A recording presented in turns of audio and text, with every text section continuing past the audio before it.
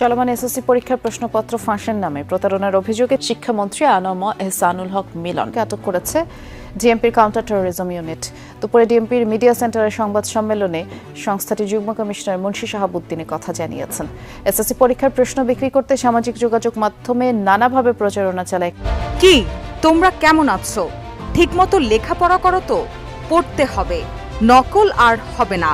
শিক্ষামন্ত্রী এহসানুল হক মিলন নকলের বিরুদ্ধে কঠোর পদক্ষেপের বার্তা দিয়েছেন।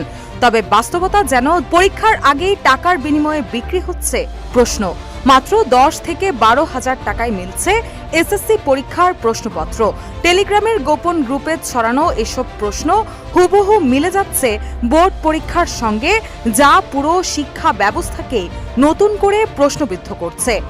মাত্র 10 থেকে 12 হাজার টাকায় মিলছে এসএসসি পরীক্ষার প্রশ্ন। রাজধানীতে এমনই এক চক্রের সন্ধান পাওয়া গেছে বলে একটি প্রতিবেদন প্রকাশ করে সময় টেলিভিশন। তাদের প্রতিবেদনে বলা হয়, চক্রটি টেলিগ্রাম গ্রুপের মাধ্যমে এসব প্রশ্ন বিক্রি করছে শিক্ষার্থীদের কাছে। শুধু তাই নয়, টাকা দিলে পাওয়া যাচ্ছে দাখিল ও এসএসসি ভোকেশনাল প্রশ্ন। 10 থেকে 12 হাজার টাকা দিলেই মিলছে এসএসসি পরীক্ষার প্রশ্নপত্র। টেলিগ্রামের মাধ্যমে বিক্রি হওয়া এসব প্রশ্ন বোর্ড পরীক্ষার সাথে মিলেও যাচ্ছে হুবহু। কেমন আছো? ঠিক মতো লেখাপড়া করছো? পড়তে হবে, নকল আর হবে না। দশক পড়তে হবে, নকল করা যাবে না এবং প্রশ্নপত্র ফাঁস করা যাবে, টাকার বিনিময়ে বিক্রি করা যাবে। এটাই কিন্তু বলেছে এসালেম হক মিলন সাহেব। তার আগে যখন বিএনপি ক্ষমতায় ছিল, এই এসালেম হক মিলনকে কিন্তু শিক্ষামন্ত্রী বানিয়েছে এবং তার পারফরমেন্স খুবই ভালো ছিল এবং তার কারণেই কিন্তু এবার যখন বিএনপি ক্ষমতায় আসছে তখনই কিন্তু তাকে শিক্ষামন্ত্রী বানিয়েছে এবং নেট দুনিয়ায় তার একটি কথা কিন্তু ভাইরাল হয়েছে, তোমরা সবাই কেমন আছো? পড়তে হবে, নকল করা যাবে না। এবং তিনি কিন্তু প্রশ্নপত্র নিজেই ফাঁস করে দিয়েছে এবং টাকার বিনিময়ে বিক্রি করে দিয়েছে এবং সারা দেশে আলোচনার সমালোচনার ঝড় উঠে গেছে তাকে নিয়ে। এবং প্রশ্নপত্র টাকার বিনিময়ে বিক্রি করার কারণেই কিন্তু এই এসালেম হক মিলনকে ইতিমধ্যে কিন্তু গ্রেপ্তার করেছে, যা আপনারা এই ভিডিওটা দেখলেই বুঝতে পারবেন। তো দর্শক, এতক্ষণ দেখছেন ভিডিও শুরুতে শিরোনামের মাধ্যমে কিছু অংশ, এখন দেখবেন বিস্তারিত।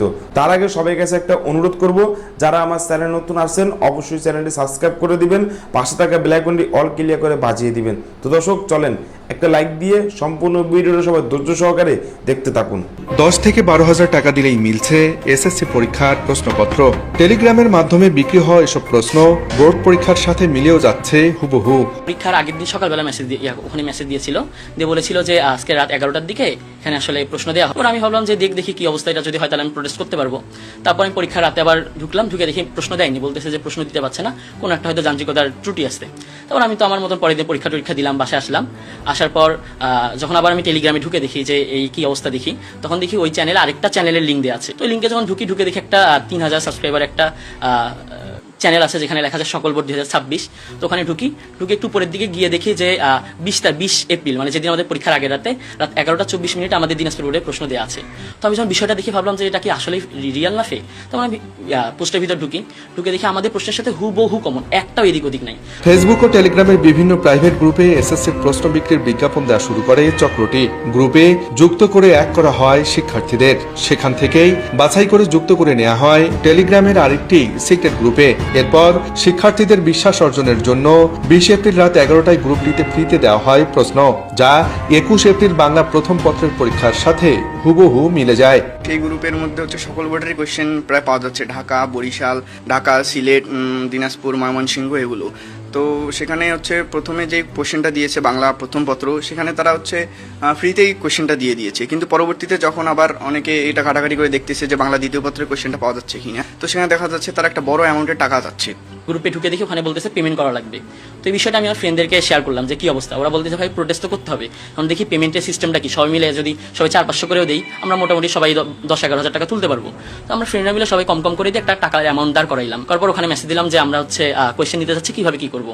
দেন তারা অনেকক্ষণ সিরিয়াল নাম্বার দেয়, দেন সিরিয়াল নাম্বার দেওয়ার পর একটা ক্যাশ আউট নাম্বার দেয় যেখানে ক্যাশ আউট করতে হবে। দেন আমি ওখানে ক্যাশ আউট করি, ক্যাশ আউট করার পর তার একটু সময় নেই, নিয়ে আমার ইনফরমেশন নেই।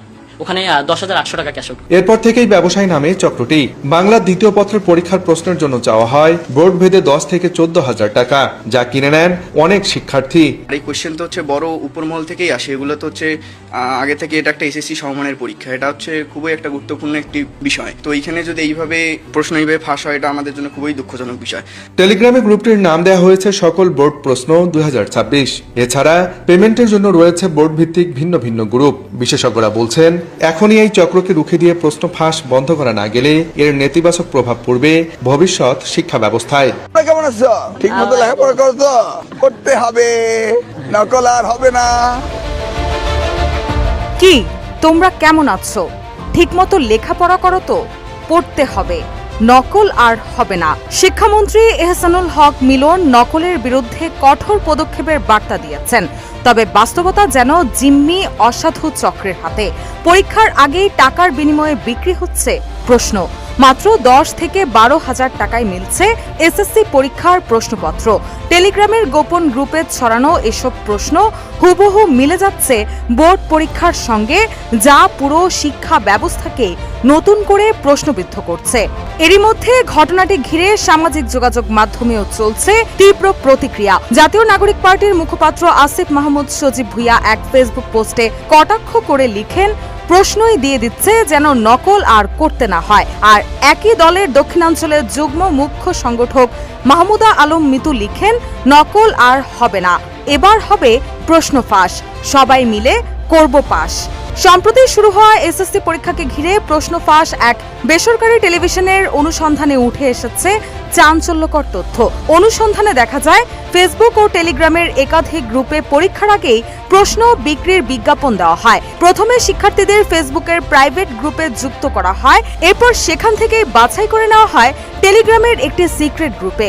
সেখানে প্রশ্ন কেনা আগ্রহীদের বিশ্বাস অর্জনের জন্য 20 এপ্রিল রাত 11টায় বিনামূল্যে একটি প্রশ্নও দেওয়া হয়, যা 21 এপ্রিলের বাংলা প্রথম পত্র পরীক্ষার সঙ্গে হুবহু মিলে যায় বলে দাবি করা হয়। এরপর শুরু হয় মূল বাণিজ্য। মোটা অঙ্কের টাকার বিনিময়ে একে একে সরবরাহ করা হয় সব বোর্ডের প্রশ্নপত্র।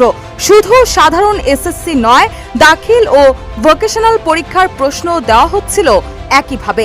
ভালো ফলাফলের আশায় অনেক শিক্ষার্থী এসব প্রশ্ন কিনছিল বলে জানা গেছে। এরই মধ্যে এই ঘটনায় 4 জনকে গ্রেপ্তার করেছে ঢাকা মহানগর পুলিশের counter terrorism and transnational crime unit. এ বিষয়ে ডিএমপির যুগ্ম পুলিশ কমিশনার মুন্সি শাহাবুদ্দিন জানান, সোশ্যাল মিডিয়া মনিটরিং এর মাধ্যমে এসএসসি 2026 প্রশ্নপত্র ফাঁস গ্রুপ নামের একটি ফেসবুক পেজ থেকে তথ্য সংগ্রহ করা হয়।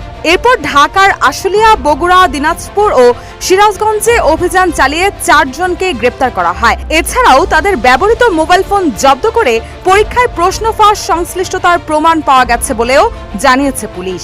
প্রাথমিক তদন্তে জানা গেছে, অবৈধভাবে অর্থ উপার্জনের উদ্দেশ্যে তারা একটি সংঘবদ্ধ চক্র হিসেবে কাজ করছিল।